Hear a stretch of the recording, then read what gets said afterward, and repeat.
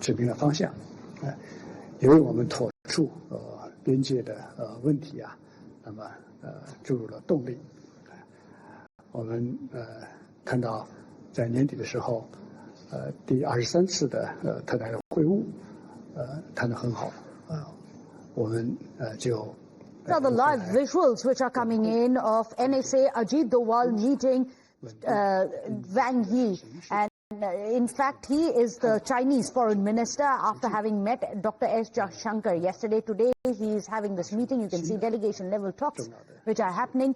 This between Wang Yi, the Chinese foreign minister, and our Indian NSA Ajit Doval and their delegations. Remember, this is very significant because he's already had a meeting with Dr. Jaishankar just yesterday, and later in the evening Wang Yi is expected to have a meeting with Prime Minister Modi as well. Now, this is going to be very significant in rebooting the ties between the two nations after the Doklam standoff that we have seen at the border, which had only escalated the tension between the two nations. But now there is a time to press the reset button on India and China's bilateral relationship, which is why this is a very significant discussion that you can see on your screens. Just yesterday, remember, Wang Yi had also met Dr. Jaishankar and has committed to addressing India's 3 key areas of concerns, which is that of rare earths, of fertilizers and tunnel boring machines.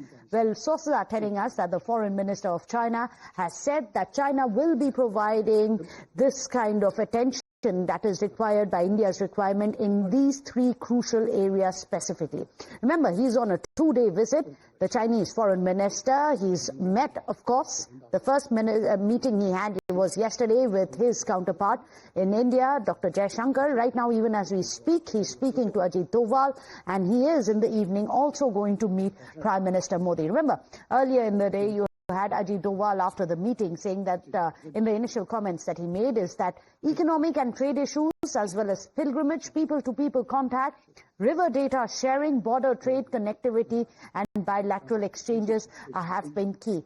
But following that, you had another controversy also being kicked up after the Chinese mouthpiece said that India had said that they recognize China's claim on Taiwan, which has not been India's historic position on the entire matter. Immediately after that, you had a clarification which is coming in from India. Sources are saying that Indian government has made it very clear that there is no change in our position on Taiwan. We have stressed that the rest of the world, India has a relationship with Taiwan that focuses on economic, technology and cultural ties. We intend to continue it. So let me go across to our consulting editor, Srinjoy Chaudhary. He's going to be joining us and putting a perspective on why this is such a significant meeting of the foreign minister and NSA Doval as well, of course, in the backdrop of the resetting of ties between India and China. That meeting pointed the direction for the development of our bilateral relations and provided impetus for the proper settlement of the boundary question. We had a very good 23rd round of special representatives talks at the end of last year. At that meeting, we reached new and important consensus on the management of disagreements, stabilizing the borders, and moving toward a settlement. We identified specific goals and formed a working framework. We are heartened to see the stability that is now restored in the borders. Mr. Doval, I appreciate your effort that you made as special representative of the Indian side. Now, the bilateral relationship is facing an important opportunity of improvement and growth. The Chinese side attaches great importance to the Prime Minister's visit to China to attend the SCO summit at our invitation. We believe that the Indian side will also make your contribution to a successful summit in Tianjin. History and reality proves once again that a healthy and stable China-India relationship serves the fundamental and long-term interests of both of our countries. It is also what the developing countries all want to see. Our two sides should follow the strategic guidance of our leaders, increase mutual trust through strategic communication, expand common interest through exchanges and cooperation, and properly settle the specific issues in the borders so as to advance our relationship in a healthy and sound manner. Just now, we had in-depth and detailed communication in the small group meeting. At the large group meeting, I am ready to work with you to build more consensus and identify the direction, the specific goals of the boundary consultations going forward, and create more conditions for the improvement and further growth of our bilateral relations. Thank you.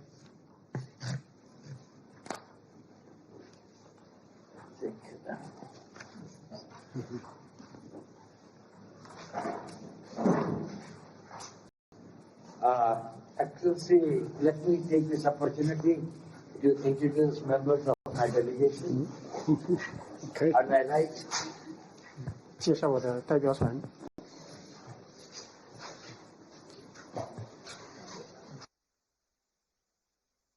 Well, these are the live visuals which are coming in. On your screens, you can see Indian NSA Ajit Doval having a meeting with Chinese Foreign Minister Wang Yi. Now, this is a very significant one because this, remember, proceeds right after the meeting that Wang Yi has already had just yesterday with Dr. Jaishankar, the External Affairs Minister. And this meeting precedes the meeting that Wang Yi is going to have with Prime Minister Modi as well in the evening. In fact, let me go across to Srinjoy Chaudhary, who's joining us, a consulting editor.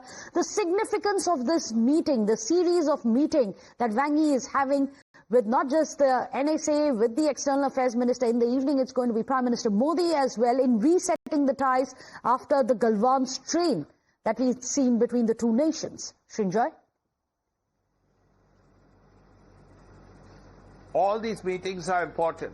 The one with Jaishankar was very important, but this is the big one, because if you look at China and India, the biggest problem is the border.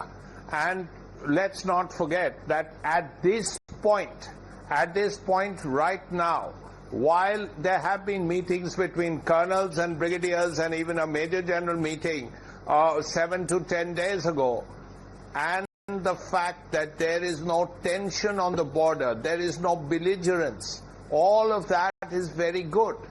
But the troops, the Chinese PLA, is across the line of control, but not very far away from the line of control.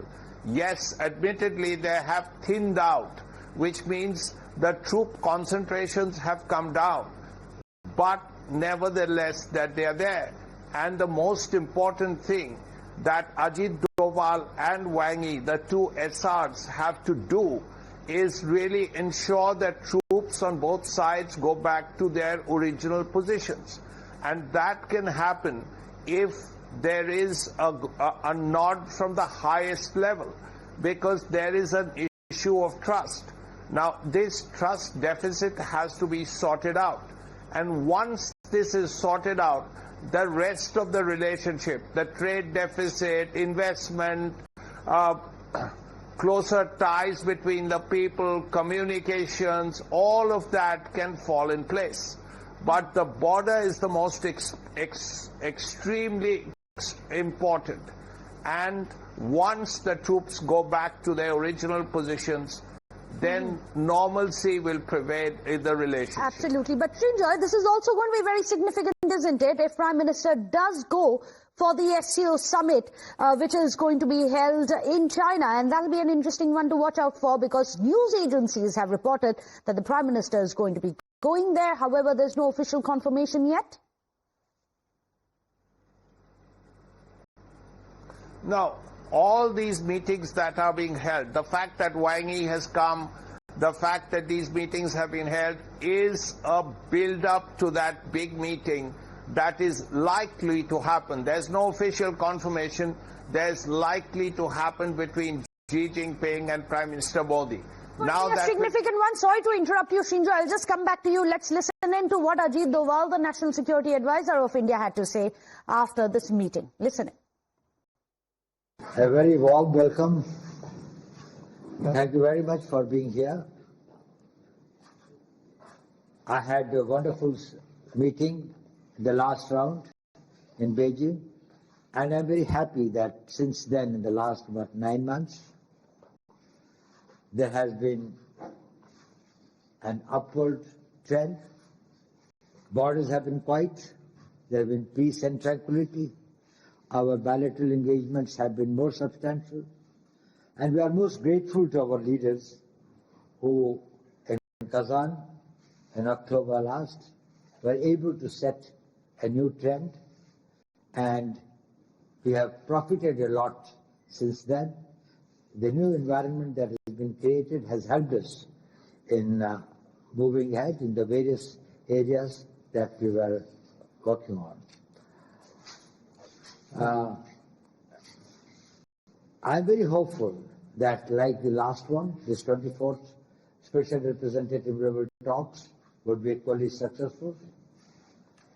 Our Prime Minister will be visiting for the SCO summit shortly, and therefore I think that this SR level talks assume a very special importance. This is the 75th year of our diplomatic relations, and it's a time to celebrate. And we find that with this new energy and the new momentum, that it is this thing with your personal efforts and with the maturity and the sense of responsibility of our diplomatic teams and our missions in the countries, your ambassador here, and also our armies on the borders, we have been able to make a distance. So thank you very much, Sinsi, and welcome your initial remarks. Well, let me go across to Suresh Goyal, who's joining us, a former diplomat. Now, Ambassador Goyal, you must explain to us how easy, or should I say difficult, is it going to be to reboot the ties between the two nations, given the kind of trust deficit that we have seen, which has only peaked since 2020. Of course, the Prime Minister is headed for the SCO summit by the end of this end of this month. But will it take more than just meetings? What does it really take to end the trust deficit? You use the word easy or difficult right in the beginning of your statement. And frankly speaking, nothing is easy or nothing is difficult. It depends on the determination and the drive the two countries will have, and the promises that they make to each other in terms of taking the relationship forward. And from that point of view, it's an important relationship. Prime Minister hopefully will be visiting Tianjin for the meeting of the SCO, important platform really to discuss many security issues in the region. Bilaterally, our relationship has many issues, but there is no issue which I think cannot be resolved if the two countries really put their mind to it and are determined to carry on the relationship further. Now, Ambassador Goyal, I asked you that question is because right after a very successful meeting, if you can see it, between the two external affairs yesterday, you had the Chinese mouthpiece today coming out misquoting our external affairs minister, Dr. Jaishankar, saying that he has reaffirmed China's claim on Taiwan. That was put out by a Chinese mouthpiece. India and sources within the Indian government are now scampering to say no such statement was made. India has good, long, historic relationship with Taiwan, and we are not going to jeopardize it. How do we build trust? I ask you again. I'm not going to go by what the newspapers are saying. We have always acknowledged that Taiwan is part of China. Absolutely. There are two different governments in Taiwan and China. It is for them to resolve the differences bilaterally. And therefore, I'm not going to comment on what Taiwan versus China issues are. It is their issue, really. But as far as we are concerned, our important issues are bilateral between India and China, trade, strategic, security, and the regional issues. And I'm quite certain that this particular visit is going to push, and they're going to give a push in that direction. Thank you. Thank you so much, Envoy, for joining us here. There you have Ambassador Goyal saying that at least this is a push in the right direction. Of course, it may take time, but if the two nations put their minds to it, they can definitely succeed. Remember, just yesterday, External Affairs Minister Dr. Jaishankar had held talks with Wang Yi as well. This is what the leaders had to say. Of maintaining and enhancing stability in the global economy as well. The fight against terrorism in all its forms and manifestations is another major priority. I look forward to our exchange of views.